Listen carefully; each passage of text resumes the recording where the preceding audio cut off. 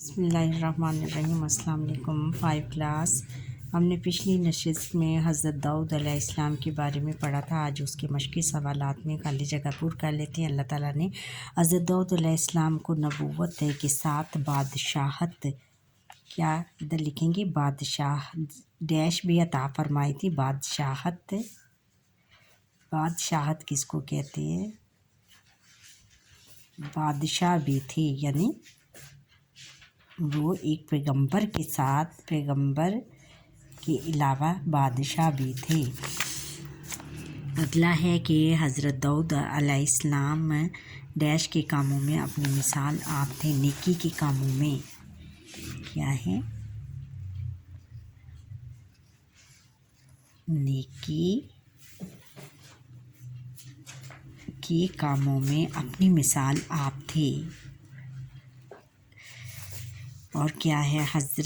اللہ تعالیٰ نے حضرت داؤد علیہ السلام کو خوبصورت مترنم آواز عطا فرمائی۔ خوبصورت ڈیش آواز، مترنم آواز عطا فرمائی۔ کیا ہے؟ مترنم آواز عطا فرمائی۔ حضرت داؤد علیہ السلام نرم لوہے سے کیا ڈیش بنا لیتے تھے؟ زریں بنا لیتے تھے،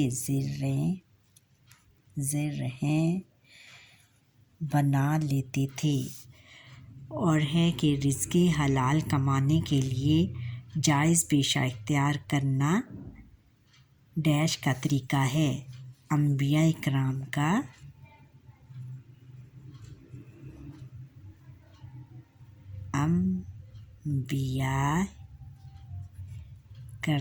کا طریقہ ہے، انبیاء کرام کا طریقہ ہے۔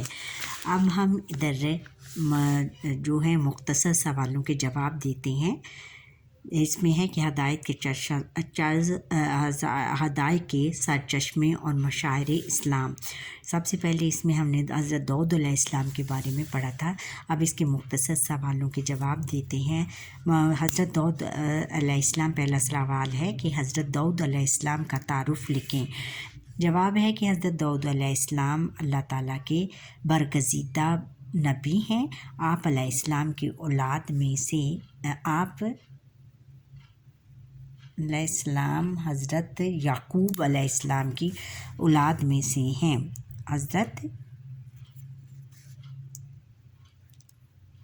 یعقوب، یہ لکھتے ہوئے بیٹا رہ جاتا ہے، یعقوب علیہ السلام کی اولاد میں سے ہیں۔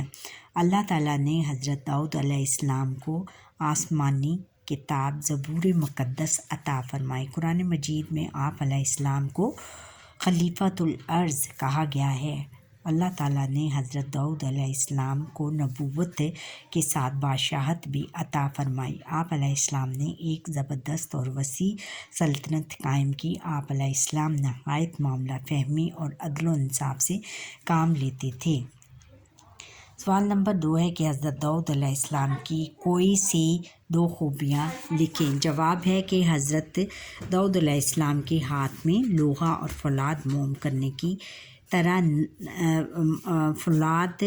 حضرت داؤد علیہ السلام کے ہاتھ میں لوہا اور فولاد موم کی طرح نرم ہو جاتا تھا، یعنی اس میں ان کے ہاتھ میں اتنی طاقت تھی کہ جو فولاد اور لوہا تھا وہ موم کی طرح نرم ہو جاتا تھا۔ اللہ تعالیٰ نے حضرت داؤد علیہ السلام کو نہایت خوبصورت اور مترنم آواز عطا فرمائی تھی۔ مترنم یعنی سر والی آواز عطا فرمائی تھی۔ تفصیلی جواب لکھیں۔ سوال نمبر 1 ہے تفصیلی سوال میں سوال نمبر 1 ہے کہ حضرت داؤد علیہ السلام کے معجزات لکھیں۔ جواب ہے کہ حضرت داؤد علیہ السلام معجزات، اللہ تعالیٰ نے حضرت داؤد علیہ السلام کو بہت سے معجزات عطا فرمائے۔ حضرت داؤد علیہ السلام کے ہاتھ میں لوہا اور فولاد موم کی طرح نرم ہو جاتا تھا۔ سخت مشقت اور آلات کے بغیر آپ علیہ السلام اس نرم لوہے سے زریں بنا لیتے تھے، سخت محنت کرتے تھے بیٹا، ان کے پاس کوئی اوزار نہیں ہوتا تھا، لیکن اللہ تعالیٰ نے ان کو اتنی طاقت دی تھی کہ وہ فولاد اور لوہے کو موم کی طرح نرم کر لیتے تھے، اور پھر اسی فولاد سے وہ سخت محنت اور مشقت کر کے آلات کے بغیر زریں بنا لیتے تھے۔ زریں کیا ہوتی تھیں؟ وہ ان کے فوجیوں کے جو وردیاں ایک طرح سے ہوتی تھیں، وہ لوہے کی بنی ہوتی تھیں۔ اللہ تعالیٰ نے حضرت داؤد علیہ السلام کو نہایت خوبصورت اور مترنم آواز، بہت سریلی آواز عطا فرمائی تھی۔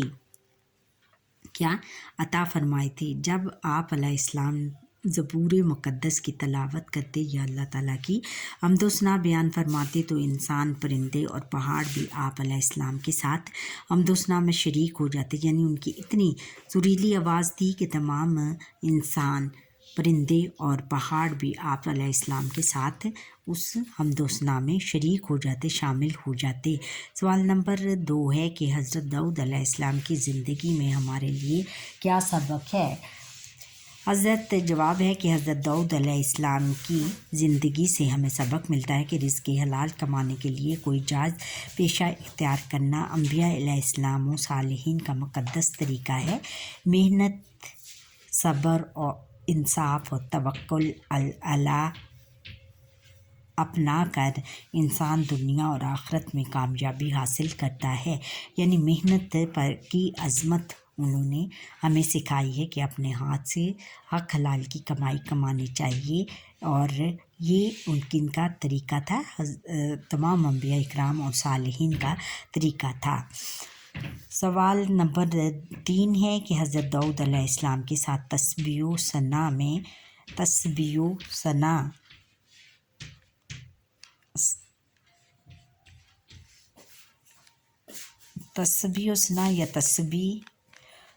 میں کون کون سی مخلوق شامل ہوتی تھی؟ جواب ہے کہ حضرت جب آپ علیہ السلام زبور مقدس کی تلاوت کرتے یا اللہ تعالیٰ کی حمد و تسبیح بیان فرماتے تو انسان، پرندے اور پہاڑ بھی آپ علیہ السلام کے ساتھ حمد و ثنا میں شریک ہو جاتے۔ ارشاد باری تعالیٰ ہے، ہم نے پہاڑوں کو ان کی زیر فرما کر دیا تھا کہ صبح و شام ان کے ساتھ خدائے پاک کا ذکر کرتے تھے، کہ ہم نے پہاڑوں کو ان کی زیر فرما کر دیا تھا، کہ یعنی ان کی تابع کر دیا تھا، کہ صبح شام جب وہ آپ علیہ السلام اللہ تعالیٰ کی تسبیح بیان کرتے تو وہ بھی آپ کے ساتھ شریک ہو جاتے۔ اچھا بچوں، یہاں پر ہی ہمارے آج کے لیکچر کا وقت ختم ہوا۔ آپ مجھے لائک، سبسکرائب اور بیل آئیکن پر کلک کریں، اور سبسکرائب کرنا نہ بھولیے گا، کیونکہ سبسکرائب کریں گے 1 سیکنڈ بھی نہیں لگتا آپ کا۔ زیادہ سے زیادہ مجھے سبسکرائب کریں اور بیل آئیٹم پر کلک کریں، تاکہ ہر میرا آنے والا لیکچر آپ تک پہنچ سکے۔ اللہ حافظ۔